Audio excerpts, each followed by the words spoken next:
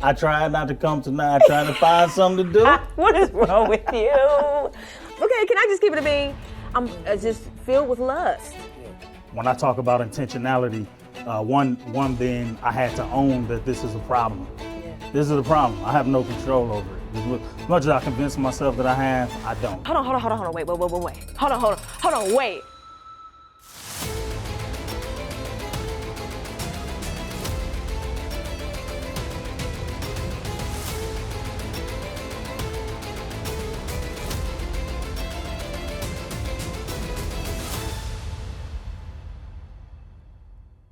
What we doing? Going to get it. We're gonna look at this bowl. We're gonna answer some questions, and yeah, we're gonna get into that. Okay. All right. All right. So you're gonna ladies first, right? Okay. All right. Can I sing the ladies first, shoulders. Hey, that song fire though. It's about and a half. Are you ready, sir? I'm ready. What All you right. got? Bang. Do you have an early memory that you believe was a defining moment for you?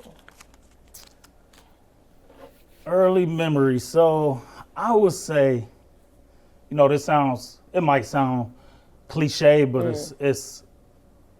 it's defining for me. I had that time when I was a 5-6-year-old boy and I found a stash in the grandparents' house, right? And some of the men in my family allowed me to be exposed to things that I shouldn't have been exposed to as a kid. And what's crazy about it is if I tried hard enough, I can pull up those memories like it was yesterday. Yeah, man. If I sat and gave it the time to relive those times, and this was 35 years ago, and I can bring it right up. So I would say that was kind of like the catalyst into childhood. Being allowed to see things that I shouldn't have been seeing as a 5-6-year-old kid. Yeah. What about you? Man, there are a couple things, man. I think one of the biggest things that kind of shifted my thoughts when it comes to identity, I was around the same age. I was around 5 or 6. And I always thought it was my little sister, but my mom told me it was actually my little brother Daniel. And so I had on like a t-shirt and some blue jeans. This is the 90s. Some blue jeans, right? Blue jeans shorts or whatever. And I had my hair pulled back, and and I was just like playing with my little brother. And but I had like beads in my hair. And this woman comes up to me and she says, "Oh, you're such a good big brother." Wow. And it hit me, and I was like, I'm what are you talking about? Like, what do you mean? And my mom rushed in immediately and was like, "No." Right. Like, do you not see the beads in her hair? Like, she is not, like, she is a young lady. What are you talking about? Right. But I remember the seed being sown. Not that I was a boy, never thought that. But like, why would she think this of me? Right. Why would, like, the way it made me feel, like, why would you think this of me? Right. And that seed, because everything starts with a seed. I think that seed opened up the door to just identity struggles and problems throughout my life. Got it. Is it my turn or is it ladies first again? Tis your turn, sir. Tis your turn. Let's see. What would you say has been the hardest part of your struggle? I would say the hardest part has been the mental battle. It has been the mental torment that the enemy brings against you. I can remember a very distinct memory. We were sitting in my parents' house, and it was the middle of the night. It had to be like 1 or 2 a.m. And I'm sitting at my mom and dad's table with my mother, just telling her, Mom, like, I've been struggling with same-sex attraction, but I, like, know this is not who I am, and I don't want to, like, walk in this. Right. But I am being tormented constantly in my mind. Like, and my mom, I just remember my mom just like holding me and like speaking truth over me. But I think that mental torment was the biggest struggle. Because it just twists everything. It perverts everything. And yeah, I wouldn't want anyone to live in that torment, bro.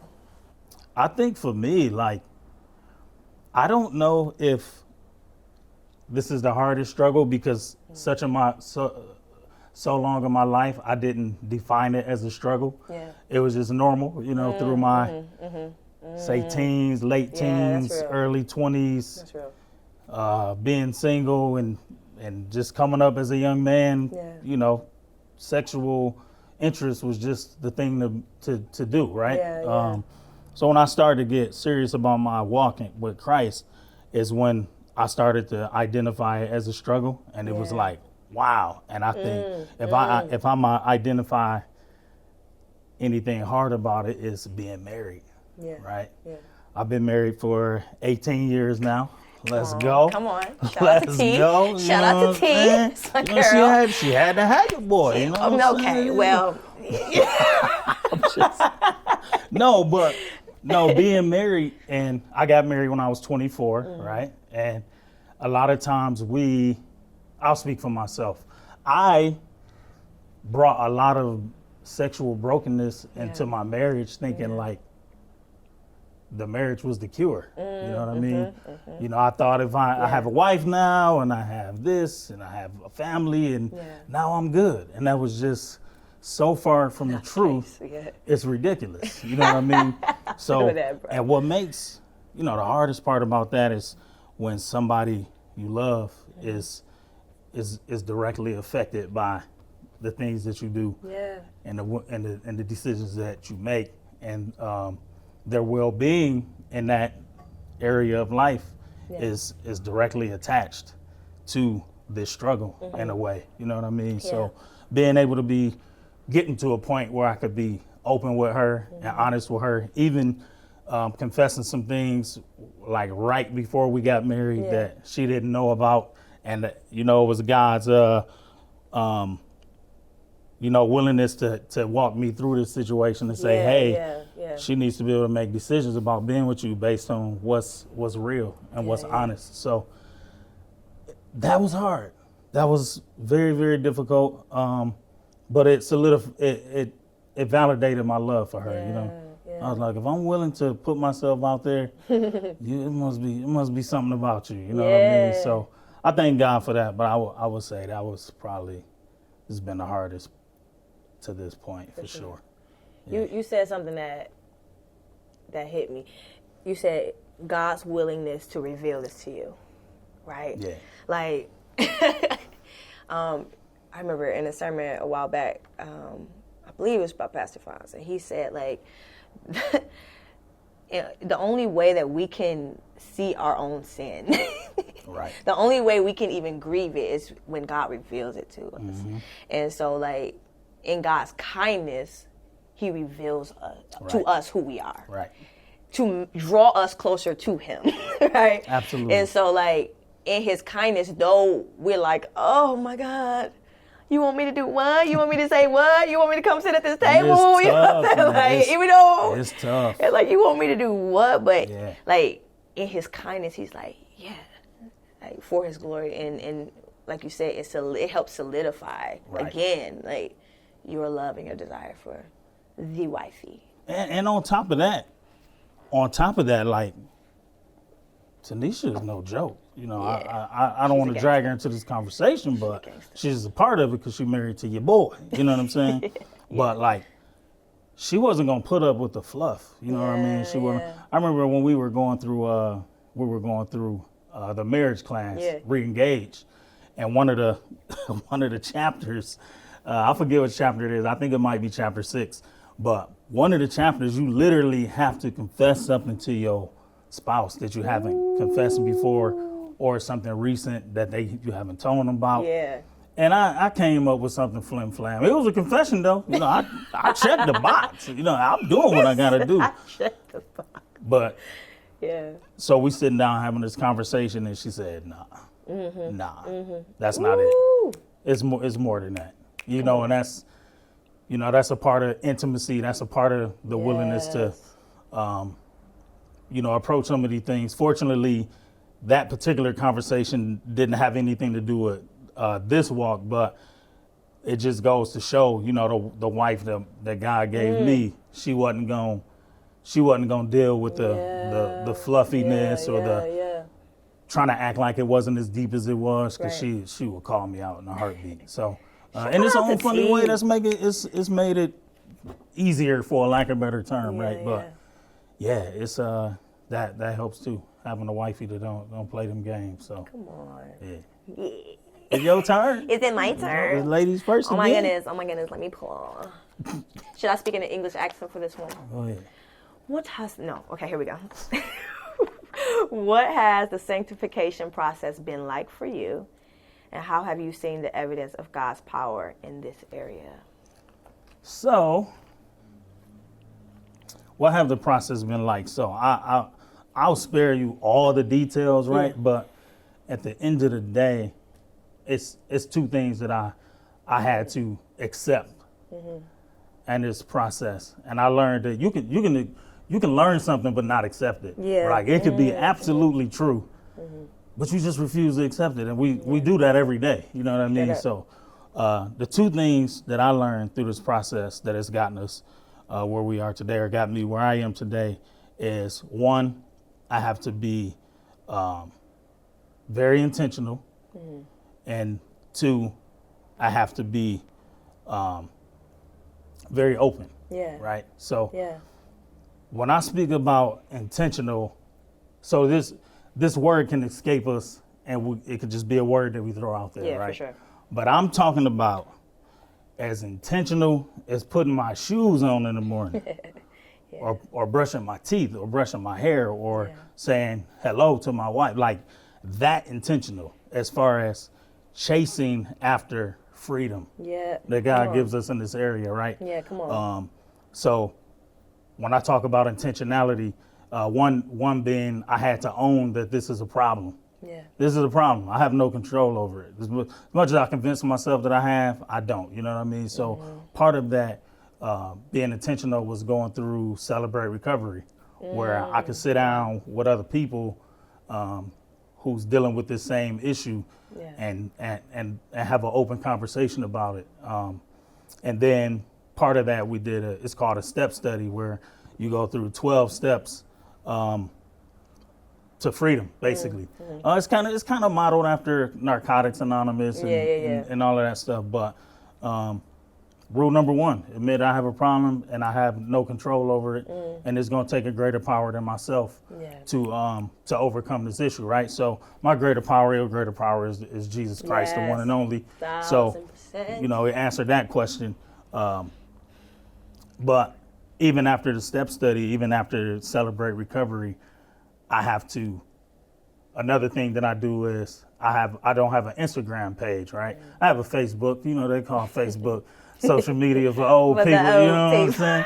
But so it's funny because I recently got an Instagram page because how people send you links and you try to open it and say log in, and I got tired of doing that. So I'm like, let me make me an Instagram page. So, you know what I'm saying? I'm feeling a little young, you know what I'm saying? Okay. But hey, Instagram is wild. It's wild. It's wild. Discovery page? Facebook ain't wild. See, I don't even know what the discovery. Like, I never go on there. Like, Tanisha be like, I sent you a video. You ain't liked it, and it's been 2 weeks, and I'll be like, because I don't go on there. I don't go on there. I mean, one time I opened it up and it was just, it was just body parts everywhere. You know what I mean? So, do I just jump in and be like, oh, I'm tempted, let me go run to Instagram, let me look at all of this stuff? No, but I have to be aware of it though, because I consider this something that I can't be passive about. I can't be watered down about it. And there are stronger days than others. You know what I mean? I'm not superhuman, right? I'm a human being. I have eyes. I have ears. So, most days is great, and then some days is thank God I didn't do nothing stupid today. But at the end of the day, it falls under His grace. You know what I mean? So, And then what was the second part of the question? And the second part was, how have you seen the evidence of God's power in this area? Oh, this was my family. My family, we here. You know, most people don't know when we came to Detroit Church, we were separated. We didn't even live together. You know, the first maybe 6-7 months, maybe a year, I don't remember. Been a while, but we didn't live together. We were separated for 2 years. Wow. You know what I mean? And it had really taken a toll to the point where we were decided on divorce. You know what I mean? But God really showed up. Even when we were separated, He allowed us to do celebrate recovery together. Wow. You know, Tanisha had some things of her own that she was working through, and you know, He allowed us to attend together. Then we came to Detroit Church and we started serving together, right?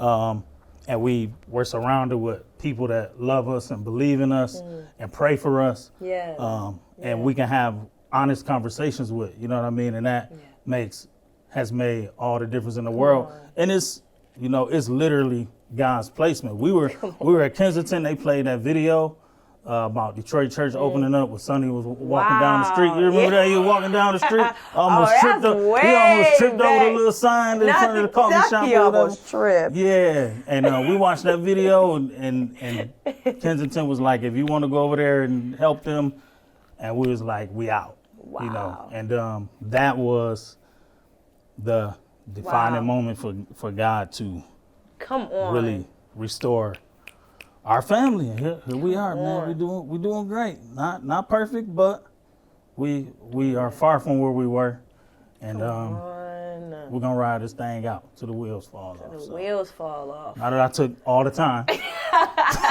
No, it was so good. It was so good. Oh man. Oh dang, JL. So the sanctification process. What does it look like for me?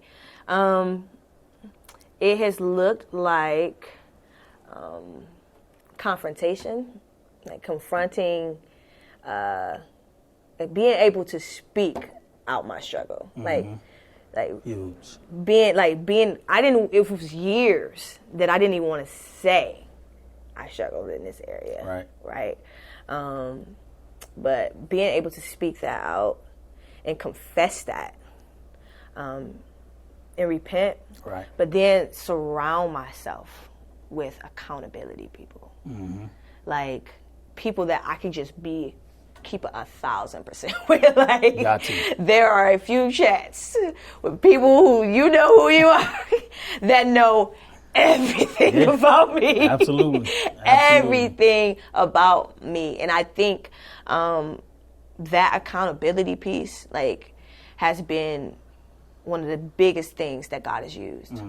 Because even when I was in a place where I was like, y'all, I don't know how to be free. You know what I'm saying? Like I know what I don't desire. I know what my flesh is saying, but I don't know how to be free. And having those people come around me and walk with me and love me and speak the truth into me. And then more than anything, just like truly receiving the revelation of God, like, no, you are free. Right. I will never forget that day. That day, I was sitting in my dad's office at my parents' apartment. I was sitting in his office, and I had never shared with him my struggle. And I shared that with him. I know who I am, but I also am like wrestling here. And he looked at me and he said, daughter, like, the enemy has no legal right to you. You do not have to stay bound.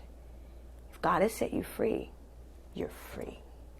And when I tell you the joy, when they talk about joy unspeakable. Hearing that from your pops though? Come on. Bro. I was like, hold on, wait. Hold on, wait. Like, you telling me what? Wait, hold on, wait. I ain't gotta struggle here? I ain't gotta be tormented no more? Like, I was speaking so fast, it was ridiculous. Because I couldn't believe. It was like, just like that, the Lord was like, bang. Like, light shined. And I was like, wait, what? Right, you know what I'm saying? And there have been moments of that. throughout my walk, throughout my struggle, throughout it all, there have been many moments of the Lord like, bang, this is what it is. And I'm like, yo. But I feel like that moment, I really received like the revelation of what God was saying to me. And having the people that I'm surrounded by that just love me and pour into me. And like you're saying, like some days are good, some days are difficult, some moments come where temptation comes, right? Temptation doesn't stop coming. Not at all. It's the choice to reject it, to run away from it. I'd rather please God than appease flesh, right?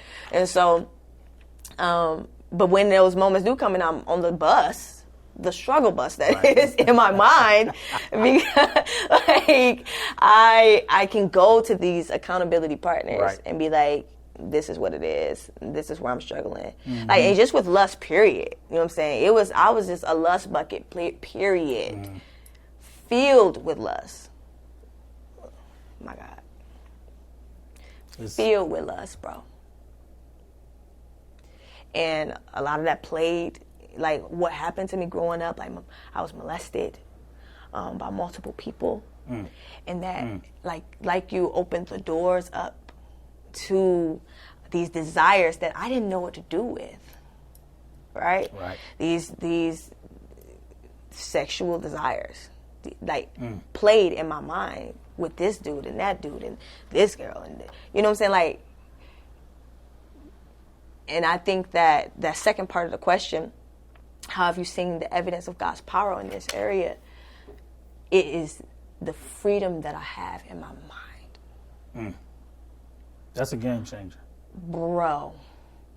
Amanda Cook has a song called Miracle of the Mind. And I remember hearing this song and I was like, this is it. This is it. This is it. It's like, I think the first line is like, it's something different about the way you talk to me.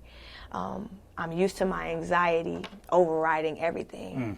But it's like I'm breathing for the first time. Like, what a miracle of the mind. Like, I'm not hiding in shame because my mind is free. Because in him, I know who I am. I know who I am. And so I think, the biggest way that I have seen that, the biggest area is the mental freedom. It is, I can't even explain and more often than not, that's where I would dare to say every time. That's, immediately the enemy comes to steal, kill, and destroy. He comes to take everything that that God has imparted into us, partially through our minds, and take it from us immediately. I think the enemy. I guess what I'm trying to say is I think the enemy attacks our mind first before he attacks anything. You know what I mean? If he can get our thoughts directed in the way he wants them to be directed, that's an open playground for him. You know what I mean? So, that mental freedom and knowing that. The knowing, man. That God's grace is sufficient. Come on. You know what I mean? It changes everything. It changes everything. It changes. That's a line in the song. She says, "Ooh, it changes everything." But she said it differently than that. Amanda Cook. You know Amanda Cook? Yeah. You know Amanda. Megan called her Cookie. I was just listening to her on my way here. You was? Yeah. What song was you listening to? The song that came on the radio. Okay. You lying like a mug. No, I'm gonna check her out. I'm gonna get to this next question. Go to I'm gonna check her out. Question, boy. Amanda Seals, I got you. Amanda Seals. I got you. We're gonna talk about it. All right, next question. What would you say to someone struggling with a secret sexual sin? I would say, that's a. I mean, what? I'm gonna let you speak for both of us. Go ahead. Okay. Be prepared. Get prepared. Okay. You ready? I am. What would I say? I would say that, though it seems difficult it's so much better to walk into the light.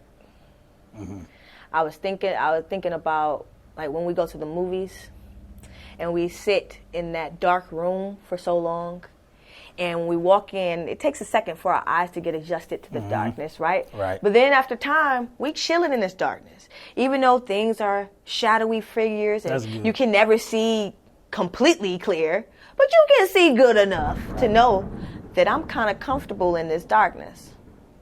Until you walk out of that theater and the light hits your eyes, and it hurts a little bit, it stings a little bit, but only for a moment because your eyes adjust to that light. Wow.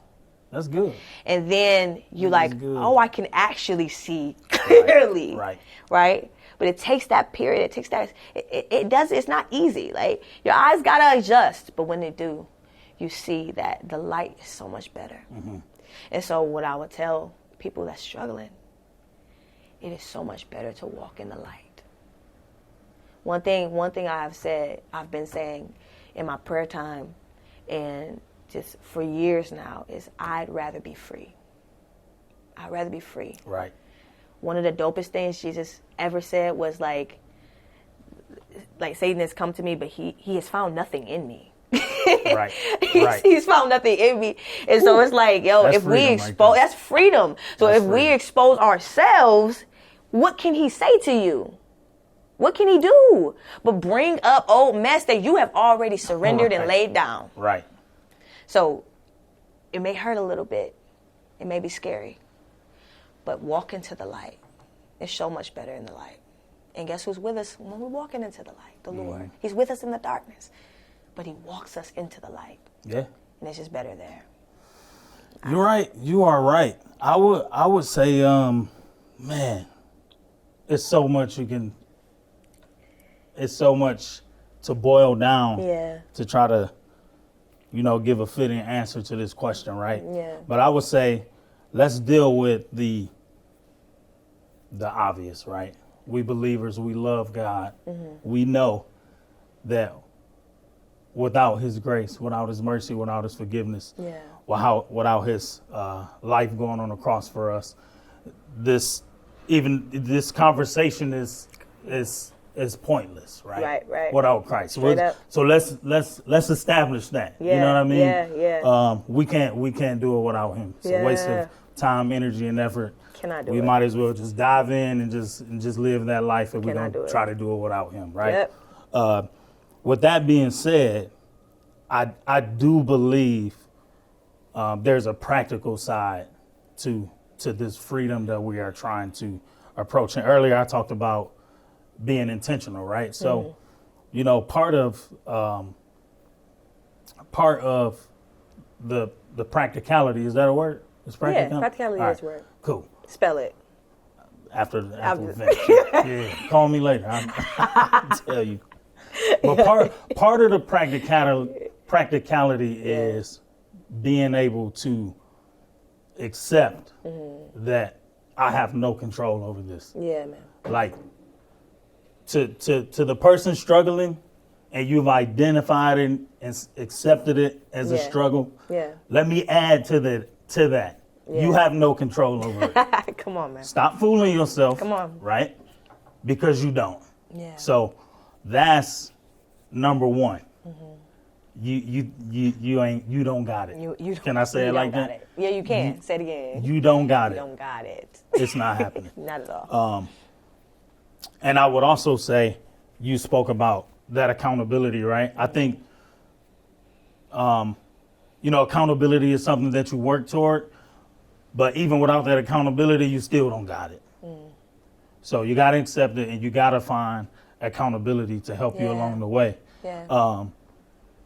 And lastly, I would say the being open and the being intentional about it. So when I say be open, right, we need at least one person that we can call at any time and talk about anything with. Yeah, for sure. Like, can we be honest for a second, right? Keep it a bean, like, bless God. Amen, right? Can we say it. But life be lifing. Yeah, you know what I mean? And sometimes you got to have that person that you can pick up the phone and say, today not it. Yep. and whatever fashion you choose, right? 1,000%. Today is not it.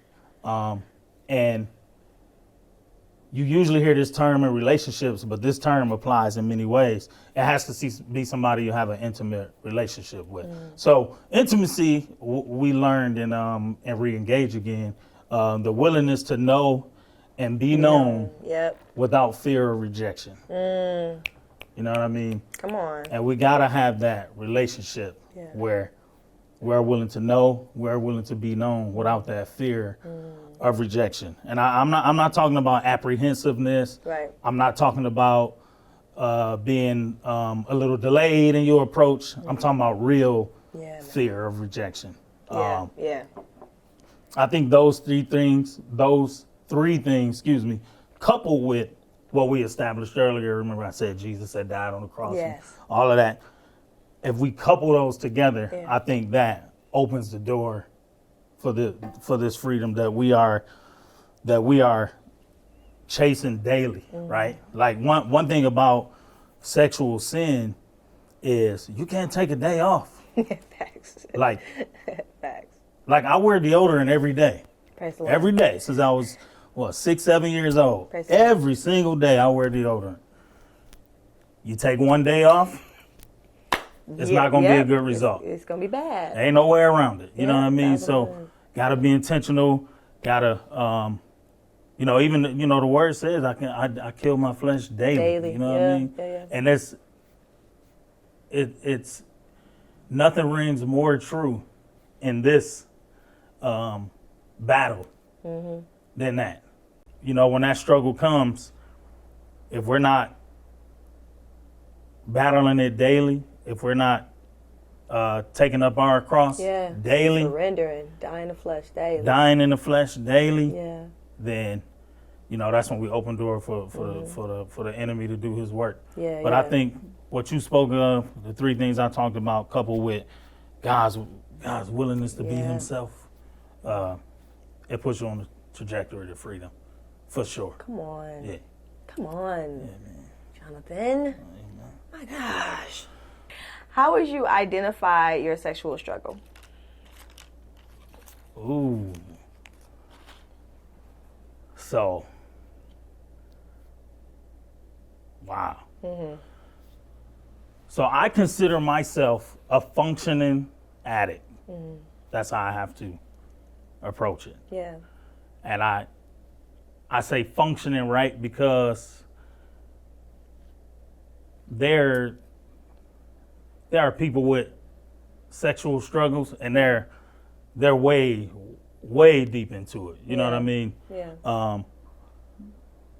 I'm thankful to God that being way deep into it is not my struggle. Yeah.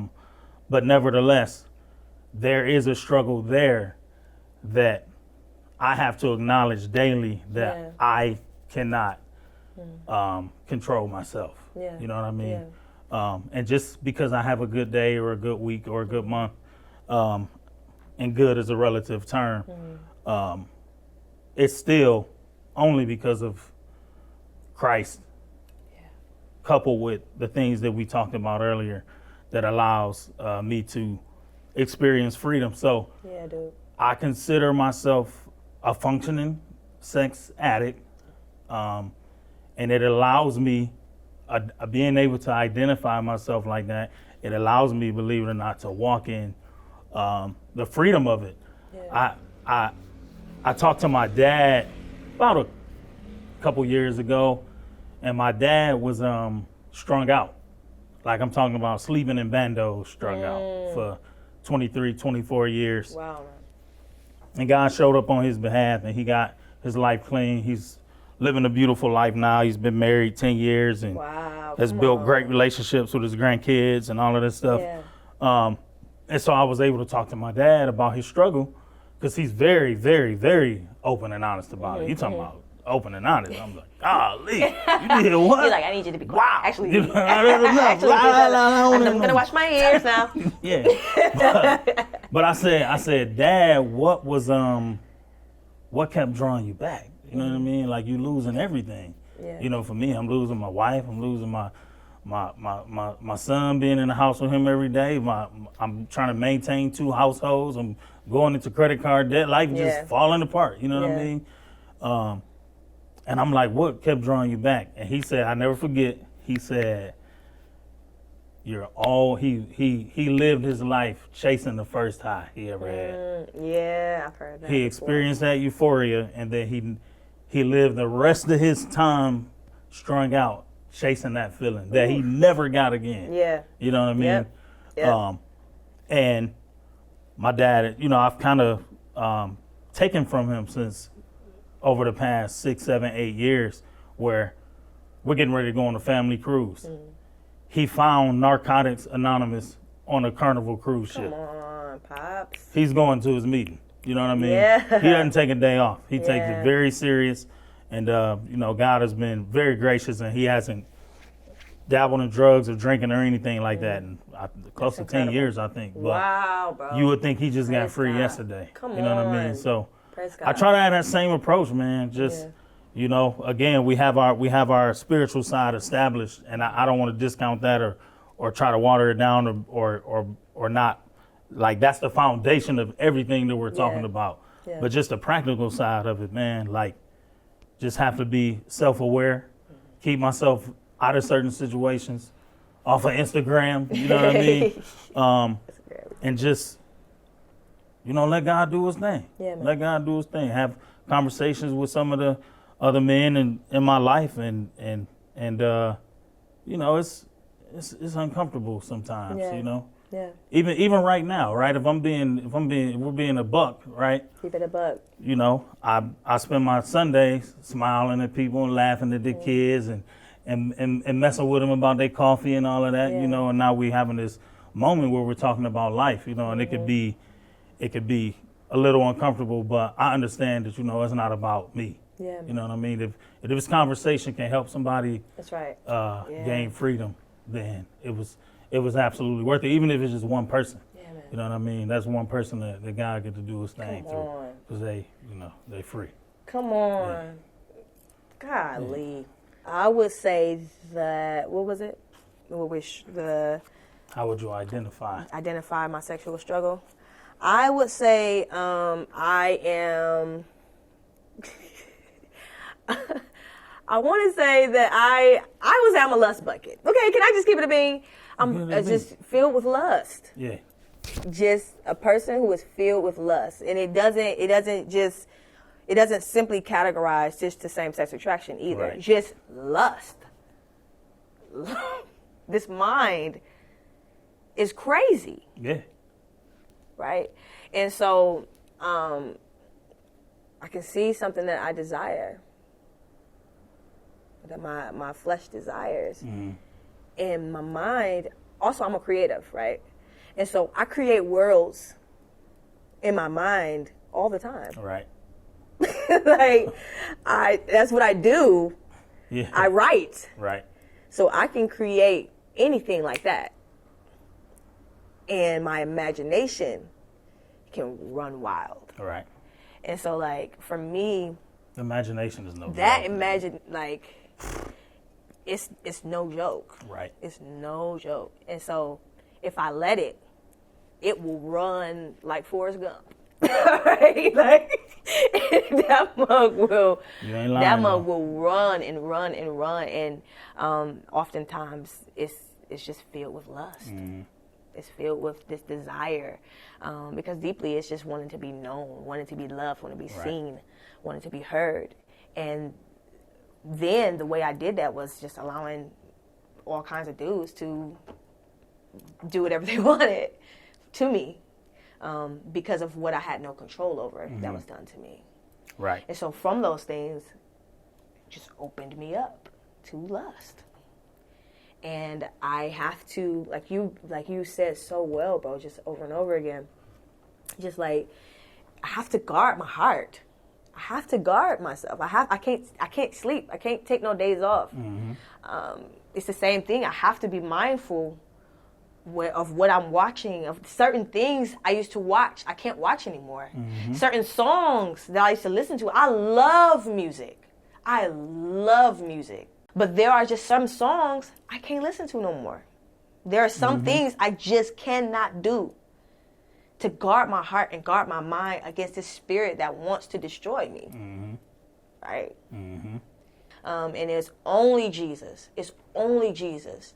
That's it. That can take the desire out of my mouth, take the desire from me, to want to fulfill those lusts.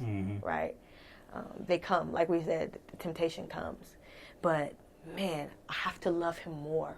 I have to love him more. Right. And it's not always easy to love him more. Sometimes I'm like, man, come on, man, I just want to do it. Right? But I mean, living in his flesh, I would dare to say you can't it's escape not easier to love him more. You can't escape you. You live with you.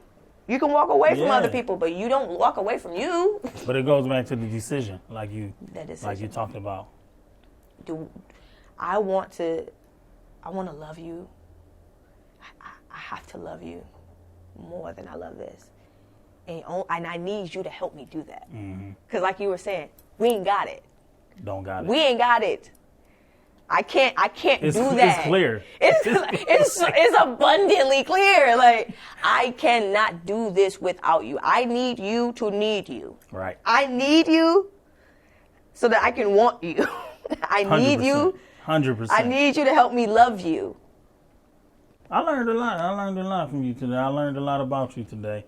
And I appreciate this conversation. You know, it's always important to be able to bounce ideas off of other believers, you know what I mean, and take things from them. So I appreciate the conversation, and you know what it is. Well, yeah, you said you like music, right? Okay. Man, Macklemore just dropped a new album. Okay, now you know how I feel about Macklemore, and this is why you brought it up. Can't stand him. He's the worst. I can't wait for you to hear his new album. I'm never gonna listen to it. All right. Love you.